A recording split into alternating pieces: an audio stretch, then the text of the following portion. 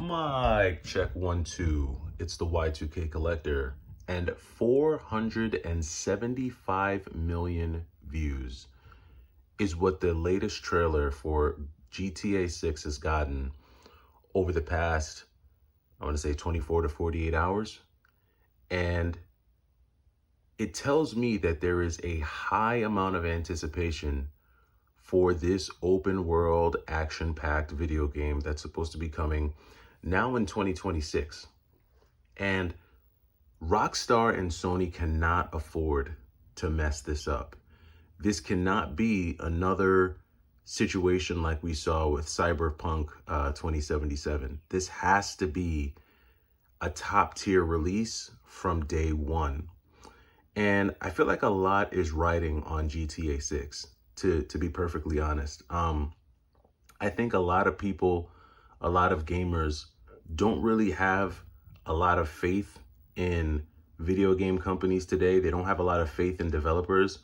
And I think a lot of gamers are so used to getting these half-baked, half-patched games that it's almost like we expect for there to be some type of patch update or DLC, or, you know, it's almost assumed that with every big release, with every AAA release, you're going to have to somehow download a new version that fixes all the bugs.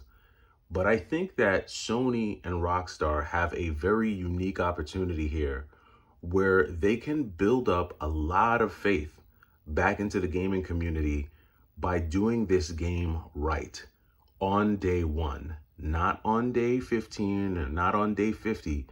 But if they can deliver a top tier product on day one, I think it will truly send a major, and in my opinion, a much needed jolt, a revival back into the gaming community. And I think that's what they're trying to do. I think that honestly might be the reason for them pushing the release date back. I mean, why else would it be? And it's smart. Honestly, it's a much better move. I would much rather them move the release date back on a game like that to do it right and to release it right the first time than to rush the game out the door so that people can get it in their hands and then everyone is upset at basically a poor product. And at this stage of the game, I feel like too much hype. There's too much hype. There's too much anticipation. There is just too much attention and energy that has been placed on this game. There's just so much has been put on this game that at this point, they have to get it right. They have to get it right. Because in my opinion, there's a lot riding on this game. And what do I mean that there's a lot riding on this game? GTA 6, right? So yesterday I put out a video talking about how modern games are missing the nostalgia factor because we don't really see a ton of games today that are able to have that generational impact, right? That we haven't seen a game that becomes the game of the summer or the game of the year or a game that people rave about so much and for so long that they become ingratiated in pop culture. Well, the Grand Theft Auto, rather. And if I said Gran Turismo this video, you guys got to forgive me. I'm getting old, so I mix up words. But the Grand Theft Auto series has already been ingratiated in pop culture for decades. Grand Theft Auto has been a staple in gaming, you know, the same way, you know, it's right up there with some of your classic games, honestly. Mario, Sonic, and then for the adults that game, GTA, right? And here we have a franchise that a lot of people already know. So there's already somewhat of a nostalgia factor there, right? That's already kind of pre-built in. But if they do this game right and they release it right, this could be one of those cataclysmic moments that create nostalgia for this generation, where this generation of gamers, this generation of young people will look back and say, man, I remember when GTA 6 came out, I was playing that game all summer or all fall, or I couldn't put it down. And I think, or at least I hope, that that is what Rockstar is going for here.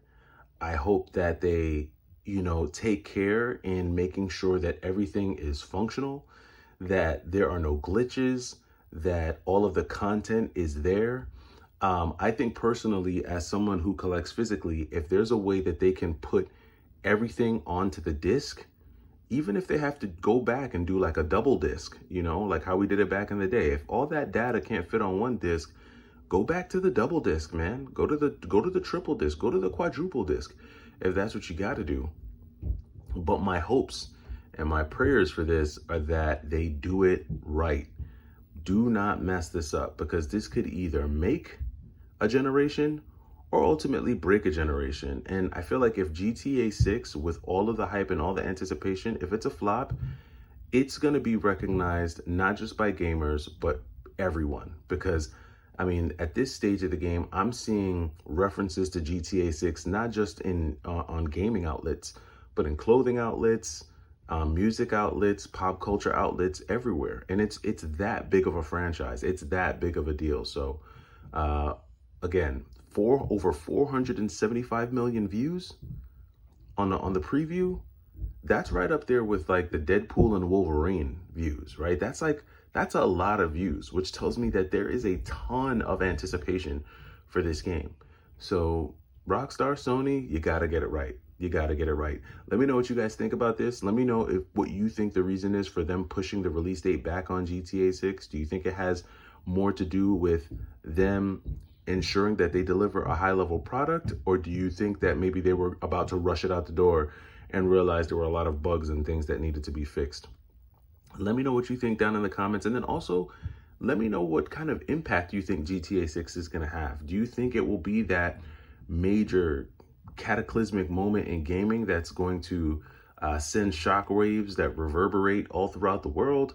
Or do you think it'll just be another game release that people get hyped for a few weeks and then, you know, kind of just it dies out? I'm interested to know your thoughts on this. Let me know down in the comments. I'll catch you in the next video. It's the Y2K Collector. Take it easy.